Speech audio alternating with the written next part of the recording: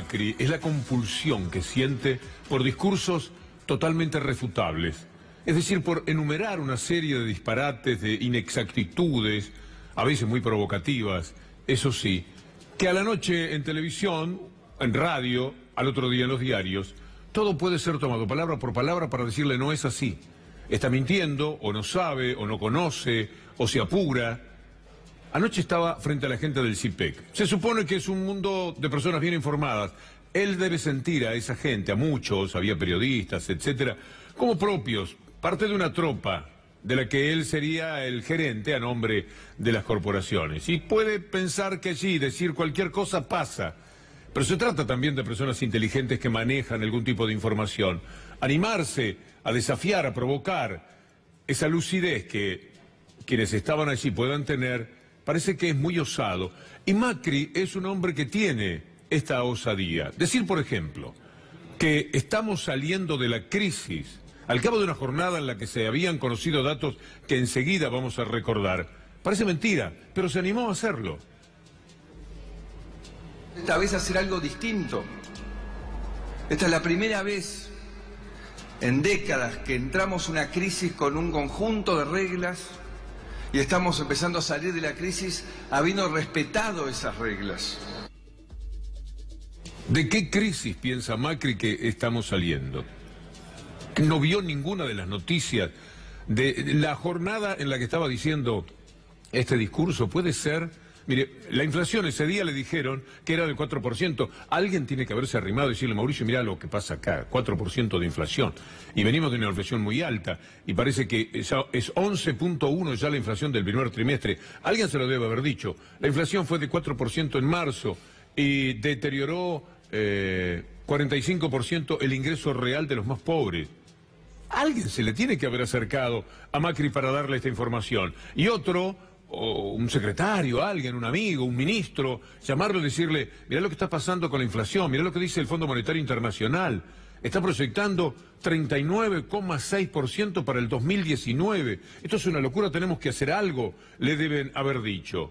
Y por ahí tiene que tener una persona que tenga la amabilidad de decirle a Macri cuando está preparando su discurso o cuando lo está pensando, ojo Mauricio, mira que el riesgo país superó los 800 puntos, esto es una locura, nunca ocurrió, nunca pasó una cosa así, y son nuestros amigos, porque cuidado, que en el orden internacional, además de las corporaciones locales, el neoliberalismo siempre se comporta como amigos, ellos quieren esto porque es un mundo de negocios, ¿qué les importa el pueblo, los sectores medios y los más vulnerables? Con el mayor estrés financiero de la era Macri, el riesgo país llegó al récord de 2019. Pero si no le informaban de cada uno de estos datos, por lo menos uno tiene que haberse acercado, decirle, Mauricio, no sé cómo le dicen en la parte personal, está muy brava la cosa, Mauricio, mirá las tasas, ¿quién va a producir de esta manera? Cuidado, es una crisis tremenda la que estamos afrontando, no se te ocurra decir, vos sos capaz de hacerlo, que estamos saliendo de la crisis. Mirá, Mauricio, 60,9% de promedio los créditos personales. Así no hay quien viva. No obstante lo cual, Macri dijo. Esta es la primera vez en décadas que entramos en una crisis con un conjunto de reglas y estamos empezando a salir de la crisis habiendo respetado esas reglas. ¿Cuál es el conjunto de reglas y qué es lo que respetó? Nada. Una de las reglas que se había impuesto era no recurrir al Fondo Monetario Internacional, así está. Esa es una regla de juego. Pedir dinero permanentemente en todo el mundo, endeudar al país por 100 años, esa es una regla de juego que uno pueda compartir calladamente allí, porque muchos de ellos eran seguidores, eran parte de una especie de tropa intelectual. Pero de otra manera alguien tenía que decirle, como le dijeron así, que a esos piripipí, ¿qué estás diciendo, Mauricio? No es posible que señales que estamos saliendo de la crisis. Entonces, te vamos a decir algo más, tendrían que haberle informado. Está lo de los UVA, estos créditos. El asunto se nos viene abajo. Todo lo que dijimos en el lanzamiento de los UVA, y ahora parece que crecen los créditos UVA más que los alquileres, y entonces le muestran la información, y viendo esto, Macri podría haber hablado, qué sé yo, del campeonato de la Liga, pero no de que, siguiendo reglas de juego muy claras, ahora el país está saliendo de la crisis. En el primer trimestre las cuotas de los créditos UVA subieron más que los alquileres. Hablemos de los alquileres, mire lo que ha pasado con los alquileres, ya que los estamos mencionando. También un aumento tremendo. Alquilar un 2 ambiente promedia los 14.000 pesos. Cuidado con la zona que usted pretenda, porque no será fácil tampoco por 14.000 pesos. Néstor Dib, nuestro compañero, tuvo una sensible nota esta mañana hablando con una mujer que se fue a vivir al local. Tenía que elegir entre su casa y el trabajo, eligió ir a vivir al trabajo porque por lo menos mientras tenga el negocito piensa que le puede seguir dando de comer a los hijos.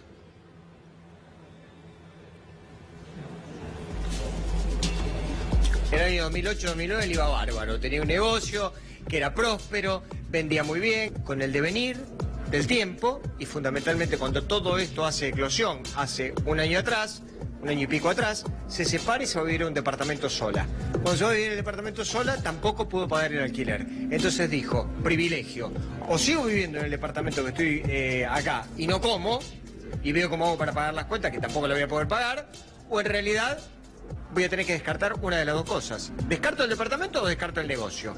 Y decido seguir con el negocio y descartar el departamento. Este es un colchón que se arma acá a la noche. Me quedé con uno de los televisores, de hecho teníamos... Tenías 3. Tenía 3, me quedé con uno, la Play de mi hijo. Acá, lo mínimo indispensable, utilizándolo como alacena.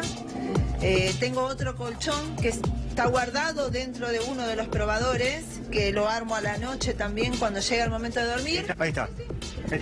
Tengo la ropa dentro de valijas, porque no tengo dónde guardar, porque no tengo espacio. Cada cosa que me quiero poner es sacar, planchar y utilizar ¿Baño? el momento.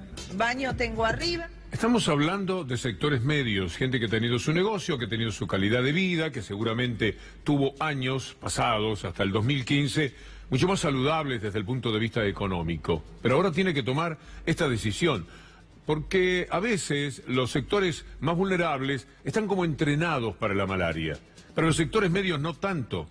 La perplejidad que sienten algunos frente a lo que es un cambio radical de vida es muy grande.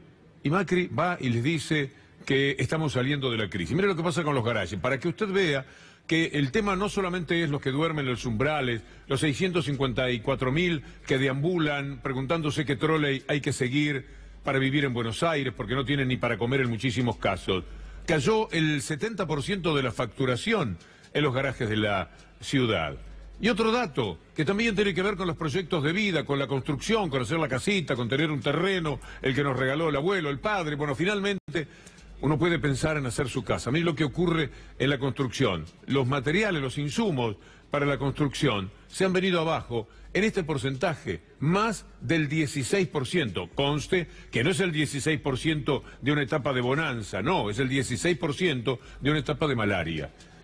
Entre otras cosas, Macri se animó allí frente a esa tropa intelectual que lo estaba acompañando, es increíble, hubo aplausos, se animó a decir que el del empleo es un problema que tienen muchos países, no es una cuestión de la Argentina. A veces toma la inflación y dice, antes hubo 62% hace 80 años, por eso el 53% no es tan malo. Miremos la desocupación en la Argentina, que es mucho más del 9%, pero tomemos el 9 y pico por ciento, el 11% del conurbano, y tomemos nota de lo que Macri dice sobre la cuestión del empleo. El mundo es un mundo complejo. Hay problemas de empleo en todas partes. Porque la tecnología nos enfrenta a cambios violentísimos. Pero la forma no es esconderse, no es ratificarse en su privilegio, sino abrirse a pensar qué podemos hacer en conjunto, dialogando. Y este gobierno ha intentado dialogar desde el primer día con todos. Y si no ha sido suficiente, vamos a redoblar el compromiso para seguir dialogando con todos. Quiere presentar un mundo que tiene el mismo desastre de empleo que ocurre en la Argentina, ¿no es así? Si usted busca los valores de Uruguay y de Chile, tuvieron una variación de 6%, 7%. En la Argentina la variación es del 26%. Mire, le vamos a mostrar algo a Macri para que vea que esto no es en todo el mundo. Le vamos a mostrar a su ídolo, a Donald Trump, en los Estados Unidos. Y lo que ha ocurrido, el desempleo en Estados Unidos bajó al 3.7 en septiembre, la menor en 49 años. ¿Y por qué ocurre esto? Bueno, porque Trump eligió el proteccionismo, sí, liberal, muy extraño, porque protege al trabajo de los Estados Unidos y con esto le ha ido bastante bien. Es un tipo despreciable, un genocida en potencia, un hombre que se comporta como un bárbaro, un mentiroso. Directamente uno puede decir es una porquería de tipo. Pero, atención, dijo, yo quiero que trabajen adentro de los Estados Unidos. Y entonces, el que pide que se abran todos los mercados, el que le dice a los lacayos que encuentra en cualquier país por ahí, ustedes tienen que abrir el mercado, tienen que abrirse al mundo, y se golpean el pecho y nosotros abrimos el mundo y caminan por alfombras y cantan el himno y se creen grandes personajes, ustedes tienen que abrirse, pero nosotros no. Los Estados Unidos hace esto para tener la menor cifra en 50 años. Trump lo hizo posible. 3.7, bajó de 4 y pico que tenía hace un año a 3.7. Y en Uruguay y Chile, para tomar dos ejemplos, no cambió. Donde se modifica todo es aquí en la Argentina. Porque no hay consumo, porque, bueno, ya sabe usted, hasta el cansancio. Pero él se anima a decir esto que nosotros vamos a tomar un ejemplo, el de Interpack, para que usted vea la situación que se está viviendo. Los despedidos por WhatsApp, en este caso. Estábamos hablando con Mauro Albornoz, que este es el mundo que ya no tiene ni llamados telefónicos. Bueno, los despidieron por WhatsApp a los de la gráfica Interpark. Mi amigo y periodista Mauricio Polche fue a conversar con ellos, lo hacemos brevemente para mostrarle a Macri que el problema del empleo es fundamentalmente un problema argentino hoy día. Hoy a las 5 de la mañana los trabajadores recibimos por WhatsApp la noticia del cierre de la planta. Cuando nos apersonamos encontramos la planta militarizada, vallada, rodeada de efectivos policiales y un telegrama anunciando el despido. Es una represalia, no hay ninguna, por un conflicto muy duro que tuvimos hace unos meses contra 11 despidos que nos llevó a tomar la planta durante un mes y pico, rechazando un plan de reestructuración productiva y de reorganización de las varias plantas del grupo, en particular la nuestra. Les hemos mostrado pueblos enteros que han salido a defender la fábrica del lugar, porque los echan a los trabajadores y todo lo demás se resiente, el comercio, la vida. Los muchachos que estudian en las ciudades importantes más cercanas, que están haciendo el secundario, muchas veces la universidad, todo cambia de pronto en la vida de la gente. Vamos a mostrarle en algún momento las puebladas que se han hecho acompañando a los trabajadores, para que se entienda que no solamente los 40, 60, 120, 400, que diariamente vemos que se quedan sin trabajo en la República Argentina. En ocasiones son poblaciones enteras las que quedan a merced de este tiempo brutal que instala el neoliberalismo.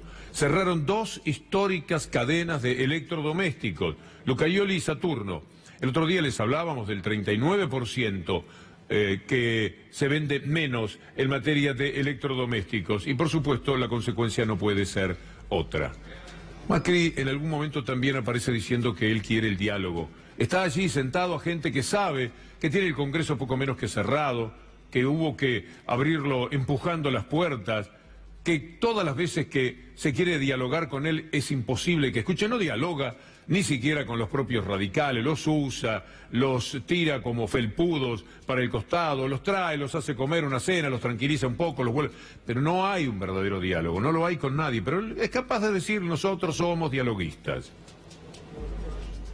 Darles miles de ejemplos más que surgen de las 55 mesas de competitividad que hemos armado estos años. Un espacio maravilloso, un espacio de diálogo, de escucha para el presidente y su equipo, escucha con los trabajadores que participan, con los empresarios, con el gobernador, con el intendente, con las cooperativas, y entender cómo remover estos mecanismos autodestructivos que creamos a lo largo de tantos años. Allí está, hablando de un diálogo. En un ámbito genial, extraordinario para las discusiones, se le podría decir a Macri, es el Parlamento. Hay poco diálogo allí, según Graciela Camaño. Usted no puede, señor presidente, seguir mostrándonos a nosotros cobrando ingentes sumas de dineros mientras no hacemos un carajo. Porque el pueblo está con problemas, por si no se dieron cuenta. Damos vergüenza a pesar de la sonrisa socarrona de los que creen que la política se maneja por las redes diciendo estupideces. Allí estaba el diálogo, ese ámbito tan propenso que indica Mauricio Macri. Lo que le estaban diciendo es que el Congreso está cerrado, lo quieren totalmente cerrado este año. Esto se ve solamente cuando vienen las botas, pero no los votos, a cerrar los congresos de los países. Y además tiene algún encono especial con el Congreso. Escuchemos a ver. Y las cosas todavía pasan, ¿no? Porque todavía escuchamos debates en la Cámara de Diputados, como el de la semana pasada, de una cantidad de leyes que quién podría estar en desacuerdo con poder seguir dando, pero a un país que le duele todo lo que le falta, le duele a nuestra gente lo que le cuesta llegar a fin de mes. Y no podemos escuchar más cosas que tengan que ver con el populismo y la demagogia. Pero esperemos que esto, como ha sucedido en otras oportunidades, obligue al oficialismo a abrir el Congreso, a mantener abierto el Congreso y que estos temas se puedan debatir en las comisiones respectivas y se traten en la Cámara de Diputados. Actúa como si la situación fuera completamente otra, pero por otro lado, no ha parado el presidente de la Nación ni un solo día desde que está en el gobierno de provocar a las víctimas de los propios desastres que arman. Ha sido una extraordinaria y enorme y escandalosa estafa electoral primero y desde el gobierno después. Han mentido, pero las consecuencias de esa mentira, hoy no solo, como decía el diputado Rossi, se ven en la pérdida de popularidad del gobierno, sino que se ven en un desastre mayúsculo que han armado en todo el tejido productivo de nuestra nación. Siempre la mentira, eso que menciona Axel Kicillof. Con respecto a Tierra del Fuego, tierra arrasada en cuanto a la capacidad industrial que tuvo, un lugar muy entrañable de la Argentina, un sitio donde además convergen de todas las provincias cada vez que se ofrece trabajo, una vida más dura, en ese bellísimo paraje, pero que es muy exigente en todo sentido. Pero sí está la posibilidad de trabajar, la posibilidad de soñar, de criar a los chicos. ¿Cuánta gente de Tierra del Fuego será oriunda de Tierra del Fuego? Muchos llegaron a trabajar y una enorme cantidad, miles y miles, lo hicieron antes del 2015, cuando las fábricas estaban a pleno, cuando se estaba trabajando, alguna vez una dificultad, pero en líneas generales había trabajo. Miren lo que dice Macri ahora sobre Tierra del Fuego. Otro ejemplo, Ushuaia, el lugar más austral del mundo, en el puerto más austral. Tiene un mercado natural de abastecer logísticamente a la Antártida. Mercado de 1.100 millones de dólares. Mercado que es prácticamente totalmente abastecido por Puerto Williams, que tiene 2 días más de navegación. Y lo mismo con los cruceros. Veníamos perdiendo ese liderazgo que lo hemos revertido. ¿Pero por qué? Porque alrededor del puerto, sin ningún sentido de los costos operativos, por parte de la conducción política, el puerto se repartió a ver quién le cobraba más a cada uno que quería entrar al puerto. Hasta la prefectura cobraba adicionales por dar seguridad a los cruceros. Falso, por supuesto. Ya vamos a ir a los tuits de la gobernadora Roxana Bertone, pero antes permítame recordarle que además Macri podría ser un poco más respetuoso de Tierra del Fuego. Allí dejó a cientos de personas sin trabajo con sus amigos de siempre, con los que se les llevan todo amparados por él, bueno, una parte. Él también se lleva muchísimo. En Tierra del Fuego, el grupo fundado por Macri Caputo dejó a 300 familias en la calle, el grupo Mirgor.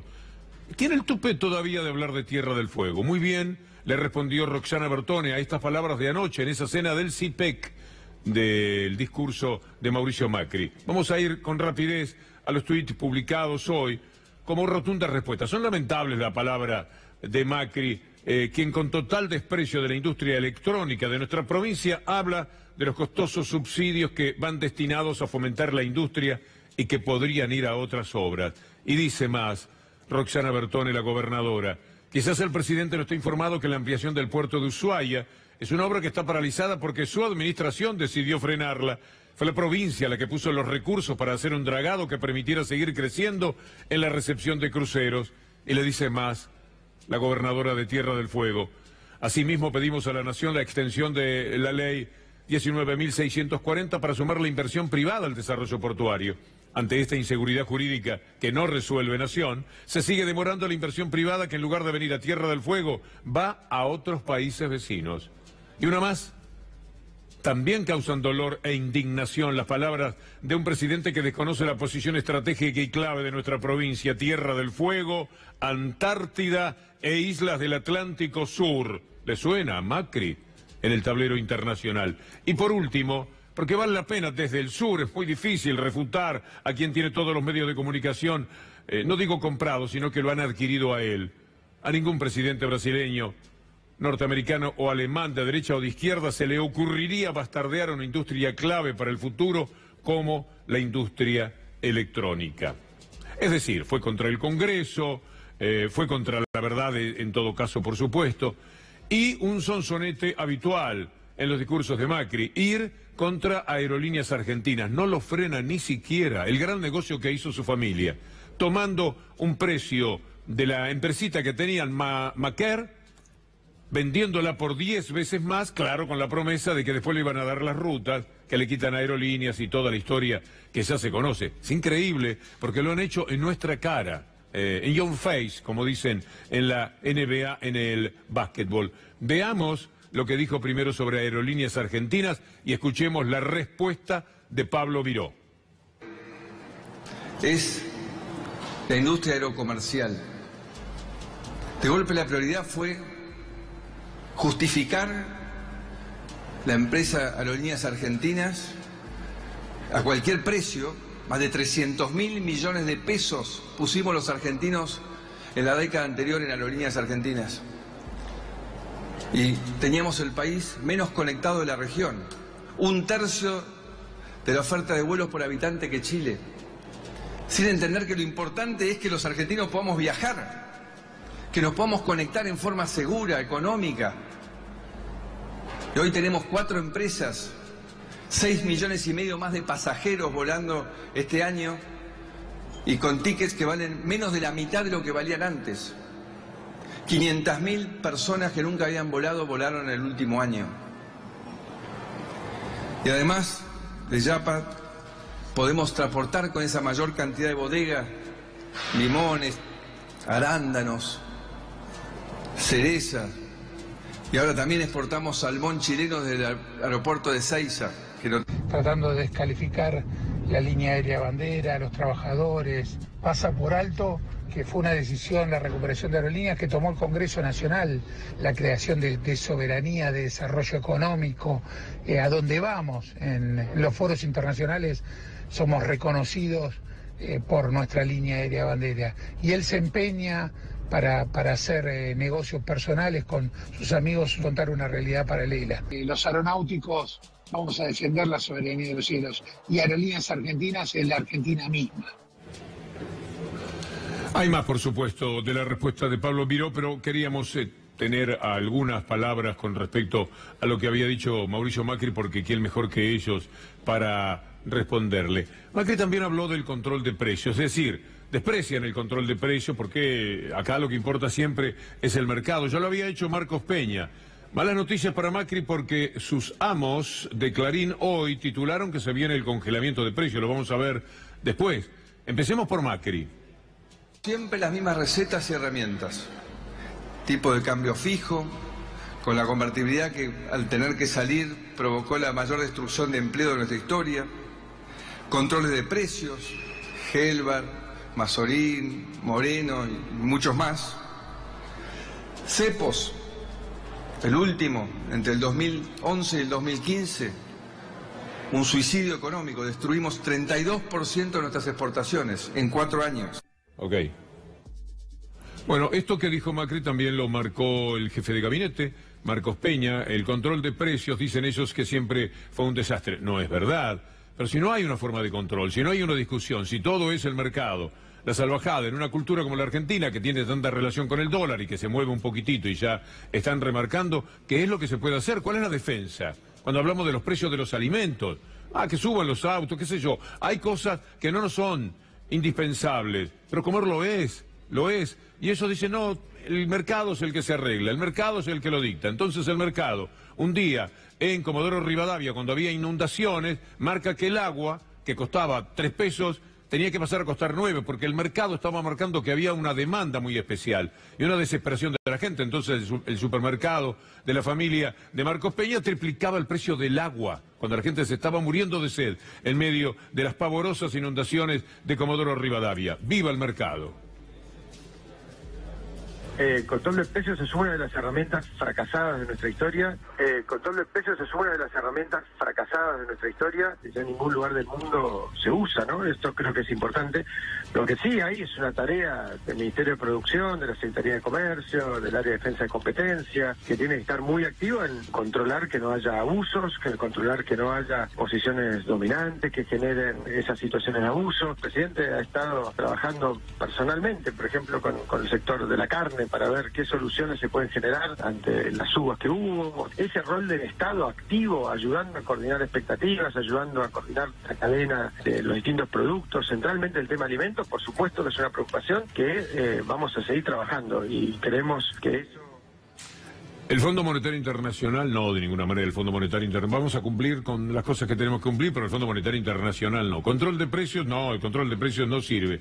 Tapa de hoy de los amos del gobierno. El gobierno congela precios de alimentos y prepara descuentos para jubilados. ¿En qué quedamos entonces? Congelar precios no es controlarlos. Dicen cualquier dislate, no tiene ningún problema. Volvamos a lo del comienzo. Macri diciendo que estamos saliendo de la crisis, para muy brevemente hablarle, ya no solamente de la economía, de los precios, de la inflación, de las tasas de interés, del riesgo país, etcétera, sino de lo que pasa con los científicos en la Argentina. Pero escuchémoslo primero. Y por eso decidimos esta vez hacer algo distinto. Esta es la primera vez en décadas que entramos una crisis con un conjunto de reglas y estamos empezando a salir de la crisis habiendo respetado esas reglas. Respetaba, porque nunca se sabe además a qué hace referencia. Ya es un disparate decir estamos saliendo de la crisis.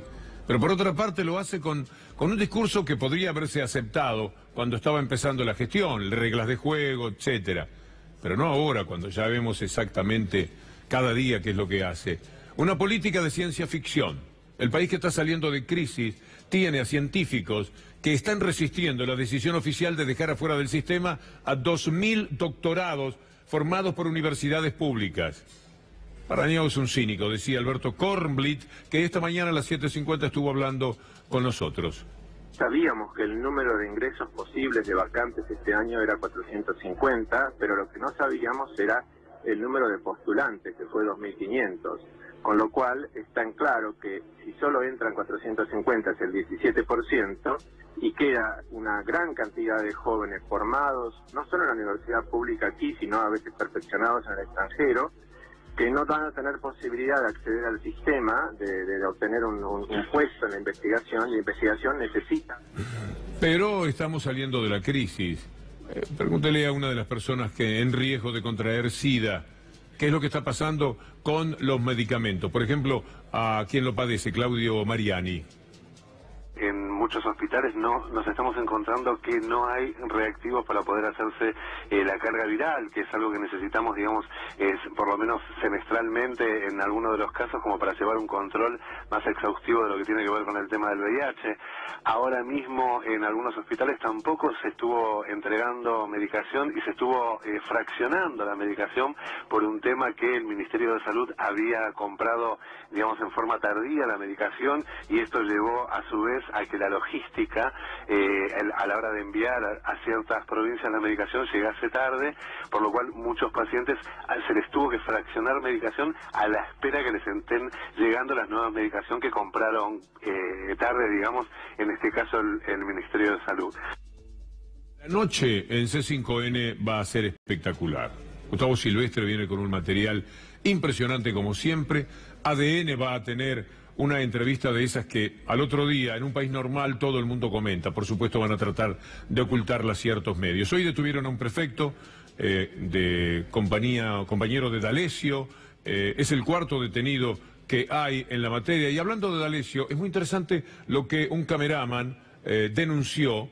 Esa persona que está manoteando un revólver es D'Alessio. Después se comprobó porque tenía la misma ropa en el reportaje que le hicieron por la noche. Era un encuentro de Santoro, el inefable hombre fundador de FOPEA, benemérita institución del antiperiodismo en la Argentina y en el mundo.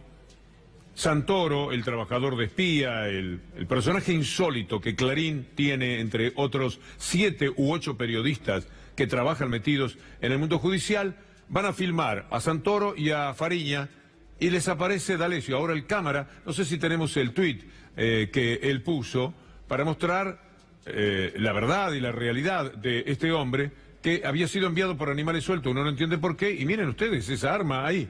No me lo contaron, dice Pablo Cooper Smith. No me lo contaron, lo vi con mis propios ojos, el jueves 22 de febrero, 4:10, como cronista de Animales Sueltos, me enviaron a hacer imágenes robadas de un encuentro entre Daniel Santoro y Leonardo Fariña en la cantina Grappa, en Palermo. Y ahí sucedió esto que él cuenta.